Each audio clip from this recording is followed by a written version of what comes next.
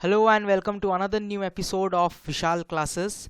और आज मैं कंटिन्यू करने जा रहा हूँ forms of business organisation part 1 11th standard OCM subject का। इसके पहले मैंने एक और वीडियो बना रखा है जिसमें मैंने प्राइवेट सेक्टर ऑर्गेनाइजेशन क्या होता है और सोल ट्रेडिंग कंसर्न क्या होता है वो एक्सप्लेन किया है।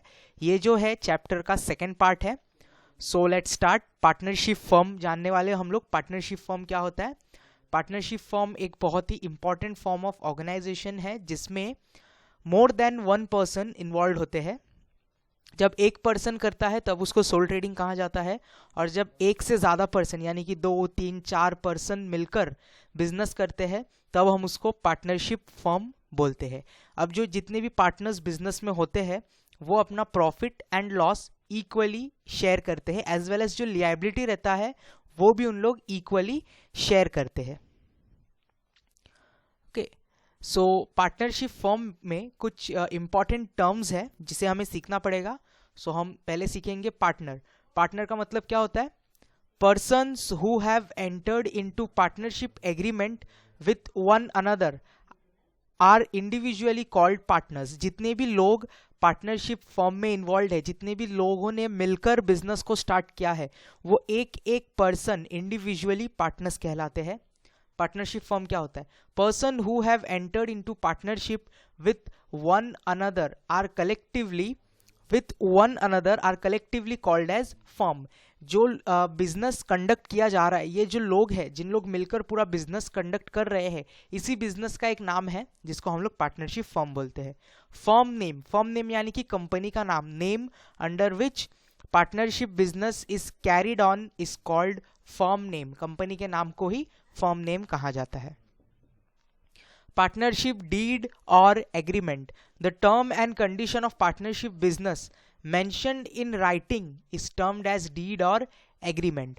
पार्टनरशिप जब स्टार्ट किया जाता है तब एक एग्रीमेंट, एक डीड बनाया जाता है। डीड का सिंपल मतलब होता है रूल्स एंड रेगुलेशन। एक पेपर में रूल्स एंड रेगुलेशन लिखा जाता है, उस पेपर पे जितने भी पार्टनर्स होते हैं वो मिलकर साइन करते हैं, उसको एग्रीमेंट भी कहा जाता है। तो उसको हम लोग बोलते हैं पार्टनरशिप डीड और एग्रीमेंट। तो जितने भी पार्टनर्स होते हैं वो इस डीड और एग्रीमेंट पे साइन करते हैं, उस पे रूल्स एंड रेगुलेशन लिखा जाता है कि पार्टनरशिप में बिजनेस को कैसे कंडक्ट किया जाएगा, किसको कितना प्रॉफिट मिलेगा, किसको कितना लॉस झेलना पड़ेगा, जिसने ज़्यादा कैपिटल डाला है उसका लियाबिलिटी भी कम होगा।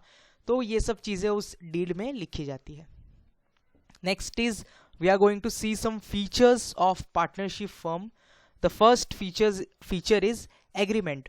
तो जब पार्टनरशिप फॉर्म ऑफ ऑर्गेनाइजेशन में जब पार्टनर्स मिलकर बिजनेस करते हैं तो उनके बीच में एक एग्रीमेंट साइन किया जाता है। जैसे हम लोग थोड़ी देर पहले डिस्कस कर रहे थे, डीड और एग्रीमेंट, ऐसा एक पेपर बनाया जाता है और जो भी मिलकर पार्टनरशिप में बिजनेस कर रहे हैं वो सारे पार्टनर उस एग्रीमेंट पे साइन करते हैं एंड उस एग्रीमेंट को फॉलो करते हुए बिजनेस को किया जाता है। जॉइंट ओनरशिप, जितने भी पार्टनर हैं सब लोग जॉइंट ओनर्स होते हैं।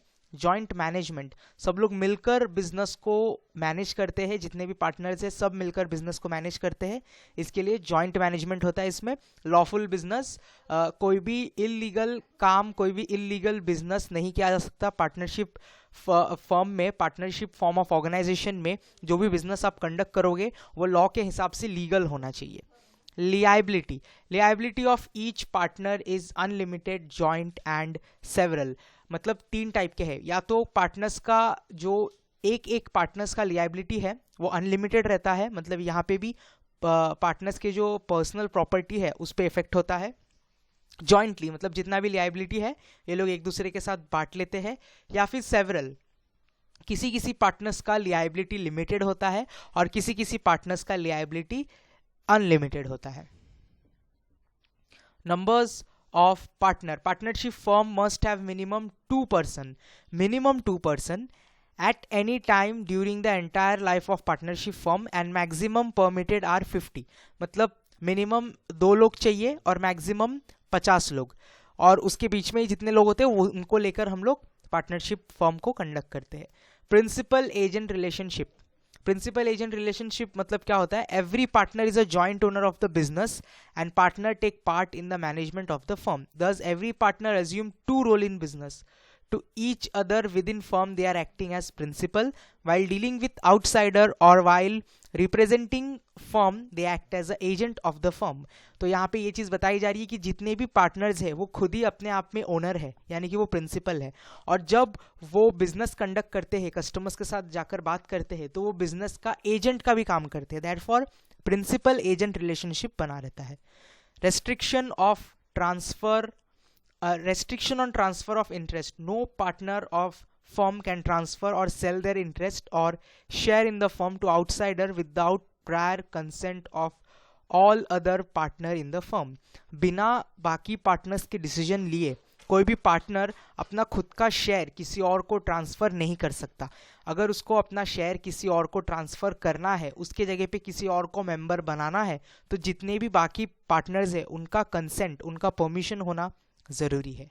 रजिस्ट्रेशन, पार्टनरशिप फॉर्म ओपन करना है तो ज़रूरी नहीं होता रजिस्ट्रेशन करना, लेकिन फिर भी महाराष्ट्र में from April 1985 and some other state registration of partnership is compulsory हो चुका है. और वो एक्ट जो है वो है पार्टनरशिप एक्ट 1932 के तहत पार्टनरशिप फर्म को रजिस्ट्रेशन करवाना पड़ता है अगर हम महाराष्ट्र में पार्टनरशिप फर्म ओपन कर रहे हैं तो.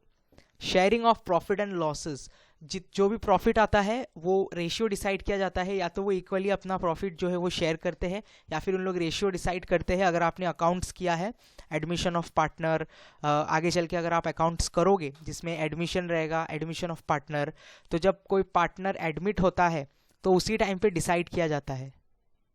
अगर लॉसेस की बात करें तो लॉस को भी शेयर किया जाता है. जो भी लॉस होता है पार्टनर्स या तो इक्वली पे करते हैं लॉस को, या फिर वो भी डिसाइड किया जाता है जब कोई पार्टनर एडमिट होता है या जब पार्टनरशिप फर्म बनाया रहता है. जैसे प्रॉफिट रेशियो शेयर किया जाता है, जैसे प्रॉफिट रेशियो को डिसाइड किया जाता है, उसी तरीके से लॉस का रेशियो भी स्टार्टिंग में ही डिसाइड किया जाता है. टर्मिनेशन ऑफ पार्टनर में resign on his own by giving notice to other partners in writing. जब कोई पार्टनर बिजनेस से निकलना चाहता है तो उसको रेजिग्नेशन देना पड़ता है और नोटिस देना पड़ता है राइटिंग में अदर पार्टनर्स को. द पार्टनर्स में also remove from the firm for fraudulent activities. अगर कोई पार्टनर फ्रॉड एक्टिविटी कंडक्ट करता है तो ऑटोमेटिकली उसको पार्टनरशिप से निकाला जाता है, जिसको टर्मिनेशन ऑफ पार्टनरशिप कहा जाता है. लास्ट में आता है डिसोल्यूशन मतलब जब पार्टनरशिप फर्म खत्म हो जाता है. फॉर एग्जांपल जब पार्टनरशिप फर्म को स्टार्ट किया रहता है, जब सारे पार्टनर्स एडमिट होते हैं बिजनेस में, तब वो जो एग्रीमेंट बनाया जाता है उसमें एक सर्टन टाइम को दिखाया जाता है कि 5 साल 6 साल 7 साल तक हम पार्टनर्स मिलकर किसी बिजनेस को कंडक्ट करेंगे. एंड जब वो पीरियड खत्म हो जाता है और पार्टनरशिप फर्म बंद होता है, या फिर किसी और रीज़न की वजह से जब पार्टनरशिप फर्म बंद होता है, तब उसको डिसोल्यूशन कहा जाता है. अब हम देखेंगे पार्टनरशिप फर्म के कुछ पॉजिटिव पॉइंट्स और कुछ नेगेटिव पॉइंट्स. पहले आते हैं पॉजिटिव पॉइंट की तरफ. तो पॉजिटिव पॉइंट्स के लिए है मेरिट्स. सबसे पहला मेरिट ये है, it's easy formation. Partnership firm बनाना बहुत ही ईजी है. Only 2 person are required to form partnership firm. 2 person कोई बिजनेस एक्टिविटी साथ में कंडक्ट करते हैं with the aim of earning profit, तो ईजी फॉर्मेशन है. कैपिटल, पार्टनरशिप फर्म में ज़्यादा कैपिटल आता है क्योंकि पार्टनर्स बहुत ज़्यादा होते हैं. सोल ट्रेडिंग कंसर्न में एक अकेला इंसान ज़्यादा कैपिटल नहीं ला पाता, बट पार्टनरशिप फर्म में ज़्यादा पर्सन होने के कारण, यानी कि दो से ज़्यादा पर्सन होने के कारण कैपिटल इसमें ज़्यादा आता है. बिजनेस सीक्रेसी यहाँ पे भी मेंटेन रहता है बिकॉज पार्टनर्स के बीच में ही सीक्रेट रहता है. पार्टनर्स बाहर के अभी पार्टनरशिप फर्म में मैक्सिमम टू मैक्सिमम 50%, उससे ज़्यादा लोग पार्टनरशिप फर्म में इन्वॉल्व नहीं होते हैं, and that's why it is easy to maintain the secrets. Continued existence, बहुत सारे पार्टनर अगर है तो एक पार्टनर के मरने की वजह से या एक पार्टनर के रेजिग्नेशन टर्मिनेशन की वजह से पार्टनरशिप फर्म को इफेक्ट नहीं होता. That's why there is continued existence.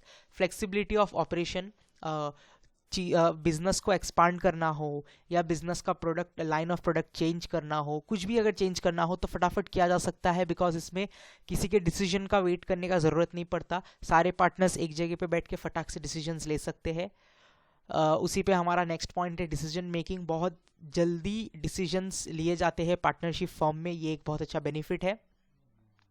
और डिसीजन का जो क्वालिटी होता है, जो भी डिसीजन लिया जाता है वो हमेशा बेटर होता है, बिकॉज सोल ट्रेडिंग कंसर्न में एक अकेला इंसान जब डिसीजन लेता है तो वो खुद डिसाइड नहीं कर पाता कि ये डिसीजन राइट है या रॉन्ग है। बट इन पार्टनरशिप फर्म जब कोई एक इंसान सजेशन देता है तो उस पर चर्चा किया जाता है एंड अच्छे से डिस्कस करने के बाद कोई डिसीजन लिया जाता है।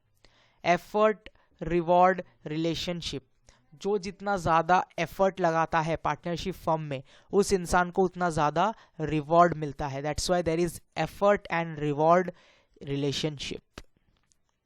गुडविल, गुडविल मतलब एक गुडविल का कंसेप्ट बहुत ही इंपॉर्टेंट कंसेप्ट है। एज अ कॉमर्स स्टूडेंट आपको गुडविल के बारे में मालूम होना चाहिए। गुडविल का मतलब होता है valuation of business in terms of money. Business का जो ब्रांड है या जो बिजनेस का जो वैल्यू है वो कस्टमर के दिमाग में या कस्टमर के माइंड में किस तरीके से बैठा हुआ है उसको हम गुडविल बोलते हैं। किसी भी कंपनी को अगर इन फ्यूचर प्रोग्रेस करना है या बिजनेस को एक्सपांड करना है, ज़्यादा प्रॉफिट कमाना है, उस सब के पीछे हाथ होता है गुडविल का। जितना ज़्यादा अच्छा बिजनेस का गुडविल होता है उतना ज़्यादा वो बिजनेस प्रॉफिट अर्न करता है और प्रोडक्ट सेल कर पाता है। तो यहाँ पे गुडविल का मतलब है valuation of partnership business in terms of money. The partnership enjoy good amount of goodwill in the market and this goodwill in the market is due to quality service. Goodwill कैसे achieve किया जाता है? Quality service देकर, better service to customer, ethical working of partnership business. तो ये सब conduct करने से गुडविल अच्छा होता है एंड पार्टनरशिप फर्म में गुडविल बहुत ज़्यादा अच्छे से अचीव किया जा सकता है। स्पेशलाइजेशन, जैसे सोल ट्रेडिंग कंसर्न में हमने जाना एक अकेला इंसान स्पेशलाइजेशन नहीं ला सकता, बट इन पार्टनरशिप फर्म कुछ पार्टनर्स ऐसे होते हैं जिनके अंदर कुछ स्पेशल स्किल्स होते हैं। तो अगर बहुत सारे पार्टनर्स मिलकर बिजनेस कंडक्ट करेंगे और हर पार्टनर के अंदर कुछ स्किल्स होगा तो हम बिजनेस में स्पेशलाइजेशन ला सकते हैं। Now we will discuss some negative points that are known as demerits. So first demerit is problem of continuity. अगर दो पार्टनर्स मिलकर बिजनेस कर रहे हैं, उसमें से एक पार्टनर को कुछ हो जाता है, फॉर एग्जांपल डेथ, तो पार्टनरशिप फर्म जो है वो खत्म हो जाता है। That's why there is a problem of continuity.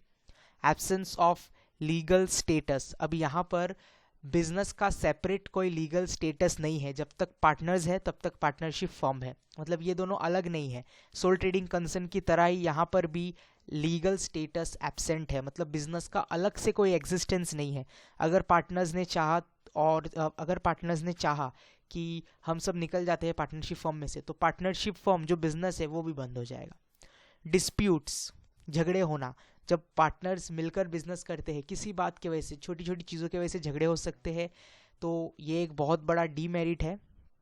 Non transferability of interest, partners अपने शेयर किसी और को ट्रांसफ़र नहीं कर सकते, ये भी एक बहुत बड़ा डीमेरिट है। Limitation on numbers of partner, सिर्फ 50 मेंबर्स ही, 50 पर्सन्स ही पार्टनरशिप फर्म में आ सकते हैं। सो ये एक बहुत बड़ा, ये जो लिमिटेशन सेट किया है गवर्नमेंट ने अकॉर्डिंग टू पार्टनरशिप एक्ट 1932, तो ये एक बहुत बड़ा ही डीमेरिट है। ओनली 50 पर्सन्स, इससे ज़्यादा अगर एडमिशन लेना है तो फिर वो पार्टनरशिप फर्म नहीं कहलाता, फिर वो अलग बिजनेस हो जाता है और उसके लिए अलग डॉक्यूमेंट्स के रिक्वायरमेंट होते हैं।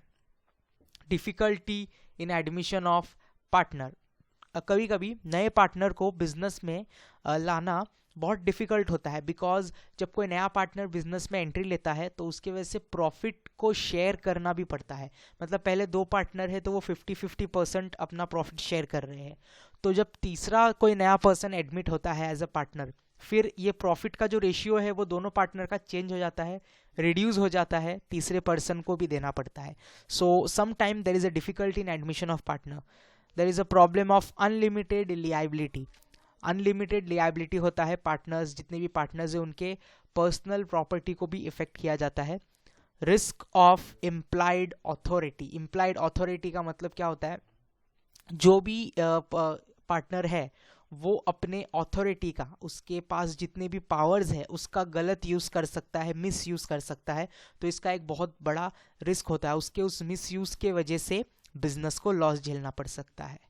लिमिटेड कैपिटल, यहाँ पे भी ज़्यादा कैपिटल नहीं लाया जा सकता बिजनेस में। हाँ, सोल ट्रेडिंग कंसर्न से तो ज़्यादा लाया जा सकता है, लेकिन बाकी जो बिजनेस होते हैं जैसे joint stock company and everything, उससे कम कैपिटल यहाँ पे होता है। That's why there is a limited capital.